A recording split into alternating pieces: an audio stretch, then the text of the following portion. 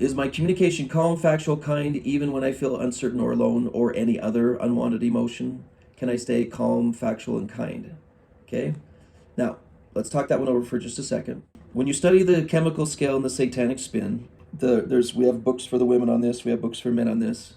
Level 10 is when you follow through on doing something against your values. When you actually do something against your values.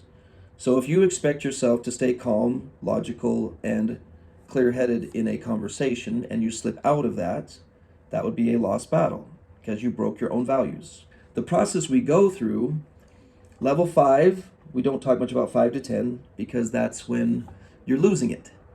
Not much to talk about there. Level 5 is the moment in time when you stop fighting against the desire to do it wrong. You're just like, you know what, I'm going there. Level 4 is an argument in the brain of whether or not to go there. Take, for instance, raising children. Let's say with my son, I committed to no longer be loudly sarcastic with him. Not that I ever had that problem. Okay, I did have that problem. All right? So I was trying not to raise my voice as much, so I was toning it down, but I found myself being intensely sarcastic instead of loud. And I'm all, I should probably fix that too at some point. At level 5, I'm all, you know what? I'm going there. Level 4 is when should I do it? Should I not do it? Should I do it? Should I not do it? I'm going to level 5. I'm going there. Levels 3 is when the idea to talk like that comes to mind. That's called the temptation moment. Before level 3, we still have the good behavior in our head as the preferred choice. You know how to talk like a father. You know how to talk correctly to a teenager. Don't join them in being immature. Don't be a jerk. So I've got all this self-talk going on. And then level 3 is when the idea, you might need to. You might have to do it again. It might have to happen. Okay, then the 4 is the debate. The 5 is I don't care anymore. And the 10 is doing it. Level 1 and 2 are really important because the satanic process is to build the logic behind the bad behavior. Level 2 is, but you've tried to be nice and that's not working. You've tried to be calm and that's not working.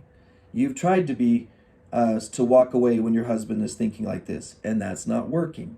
You've tried to be kind and logical and that's not working. So the only solution available is to do it this way that you promised yourself you wouldn't do it. And maybe you should do it that way anyway. If you're finding this video helpful or want to help us reach others in need, don't forget to like, comment, and subscribe because it really supports our channel. Thank you. Maurice, can I Please, Claire. emphasize something you were saying? That phrase that it's not working, and what is it that's not working? You being able to control their behavior. Wait a minute. And nowhere in there did I say control their behavior. Okay? I'm not trying to control them. I'm just trying to get them to do what I want them to do. Exactly. That's and not that control. Is where Satan comes and he takes good intentions and turns them into trying to have unrighteous. So what do you say? I just let them do it? Yep. That's Satan. He comes in, he's like, are you just going to let them act this way? You're not able to control their behavior, and that's where Satan tempts you. Okay, well, if you can't control their behavior by being nice, then you got to be mean.